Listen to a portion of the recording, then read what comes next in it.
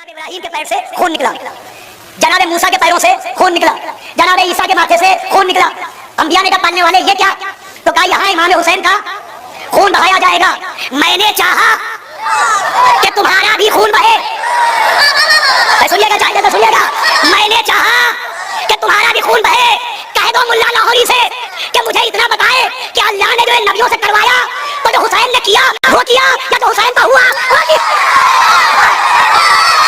لہذا علامہ مجلسی نے پھر خوب کتابیں جمع کی، شیعہ سنی دونوں ہی، اور انہیں علامہ کہتے ہی اسی لیے ہیں کہ کوئی کتاب انہوں نے نہیں چھوڑی جو نہ پڑھی ہو۔ یہ بہت آج بہار کو دیکھ کے انسان اس بات سے بہت متاثر ہوتا ہے۔ کوئی ایسی کتاب شیعہ یا سنی نہیں ہے۔ ماشاءاللہ حافظہ بھی علامہ مجلسی کا بہت قوی تھا کہ آج کے دور میں آپ کمپیوٹر کے ساتھ وہ کام نہیں کر سکتے جو بہار میں ہوا ہے۔ ان کا اتنا مضبوط، ٹیم بھی ان کے پاس اچھی تھی، 25-30 اسٹوڈنٹ تھے اور سارے قابل اسٹوڈنٹ تھے۔ لیکن وہ قابل اسٹوڈنٹ اپنی جگہ، لیکن اہل سنت کی سب کتابیں پڑھنا، ان کتابوں میں جو اہل بیت علیہ السلام کے احادیث کے موافق حدیثیں وہ انہوں نے الگ کر لیں۔ پھر وہ کتابیں کہ جو ایک نو گمنام کتابیں وہ بھی انہوں نے پڑھی، ایک اور انہی گمنام کتابوں سے جو وہ بہار میں لے کے وہی آج ہمارے لیے ایک مسئلہ بھی بن گئی ہے۔ جیسے کہ ابھی ایک انڈیا کا بڑا ذاکر ہے، اس نے جو ہمارے بعض فکری علماء ہیں اپنے مجالس میں تقاریر میں اس طرف بار بار ابھارتے ہیں کہ جو امام حسین علیہ السلام نے کیا ہے وہ انجام دو، جو ان سے کیا گیا ہے ان کے ساتھ ظلم و ستم وہ کیوں انجام دیتے ہو، یعنی دشمن کی روش پہ کیوں چلتے ہو۔ اب اس ذاکر نے پکڑ کے خوب لتاڑا ہے، انڈیا کا ہے، اور لوگوں نے بھی خوب لانتے بھی بھیجی ہیں اور شور شرابہ بھی مچا ہے۔ تو اس نے اب ایک حدیث لے کے آیا کہ بہار میں ہے کہ ابراہیم علیہ السلام جا رہے تھے، کربلا کی سرزمین پہ پہنچے تو ان کا خون جاری ہوا۔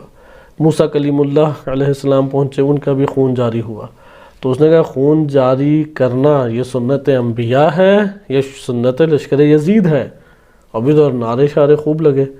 بہار میں جا کے دیکھیں تو اصلاً وہ کسی امام سے روایت ہے ہی نہیں، وہ رویہ لکھا ہوا ہے، وہ اصلاً حدیث ہی نہیں ہے پیچھے۔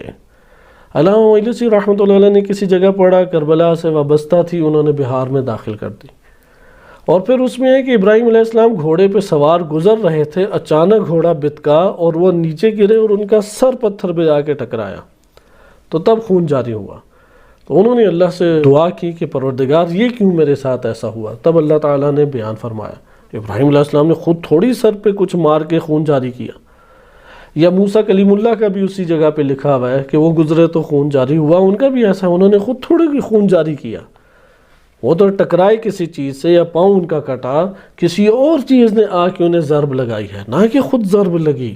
اور پھر حدیث ہی نہیں ہے پیچھے، وہ کسی معصوم سے نہیں ہے، کسی جو مصدر کوئی اس کا پتہ نہیں ہے، یا 1000 سال بعد اہل بیت علیہ السلام کی حدیث آ رہی ہے، اس کا کیا اعتبار؟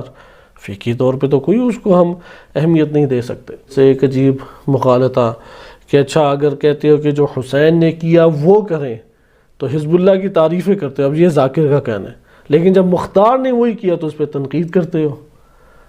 اب اس کا مقایسہ دیکھیں کہ آپ دشمن سے جنگ کریں نا، یہ امام حسین علیہ السلام نے کیا، تو مختار نے جنگ کی تو اس پہ تنقید کیوں، اس کی توہین کیوں؟ اولاً توہین نہیں کی، مختار کو سب جنتی مانتے ہیں، اور اس نے امیر ائمہ اہل بیت علیہ السلام کے دل کو جو راضی کیا اس کے اوپر کوئی کسی کا اعتراض بھی نہیں ہے۔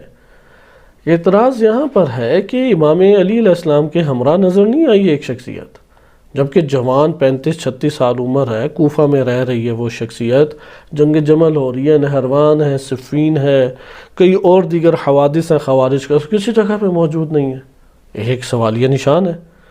امام حسن مجتبیٰ علیہ السلام کے ساتھ وہ شخصیت موجود نہیں ہے، بلکہ برعکس امام حسن مجتبیٰ علیہ السلام کے بارے میں اپنے ہی چچا کو وہ ایک منفی رائے دینا کتابوں میں وارد ہوا ہے، اگرچہ آپ تعویل کر لیں کہ وہ امتحان لے رہا تھا مختار، یا مختار کی جھوٹی نسبت ہے، جو بھی ہو، لیکن کتابوں میں اس طریقے سے آیا، لیکن شخصیت موجود نہیں ہے امام حسن مجتبیٰ علیہ السلام کے ساتھ۔ امام حسین علیہ السلام کی نہضت کو ابھارنے کے لیے شخصیت موجود نہیں ہے، سوائے اس کے کہ جب مسلم بن عقیل کوفہ میں آئے تو مختار کے گھر میں رکے اور وہاں سے پھر چند دنوں بعد منتقل ہو گئے، اس کے علاوہ کچھ بیان نہیں ہے۔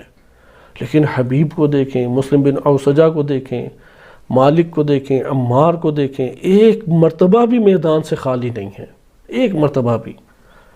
یہ چیز اب مقایسہ کرتی ہے کہ کون سے فرد کو آپ ہیرو کے طور پہ پیش کریں مکتب تشیع میں، الگو کے طور پہ پیش کریں۔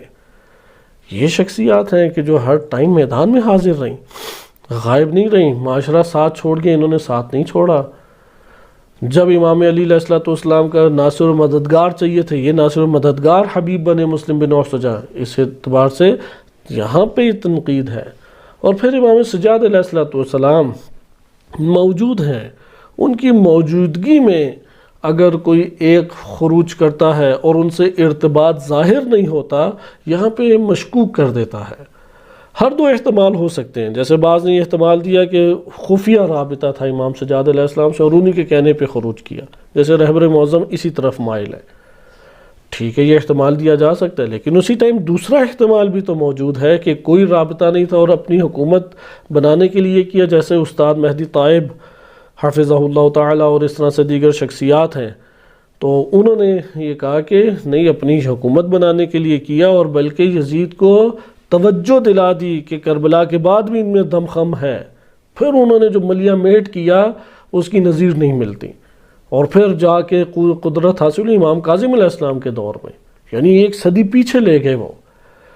تو اس اعتبار سے اب جہاں پہ احتمال آ جائے، آپ اس شخصیت کو لوگوں کے سامنے ہیرو بنا کے پیش کریں گے، یا جس کی شخصیت محکم ہو، واضح ہو، اور جس کی شخصیت میں ثابت قدمی، استقامت، واضح موقف، واضح ربط، اس کی شخصیت کو لوگوں کے سامنے پیش کریں گے۔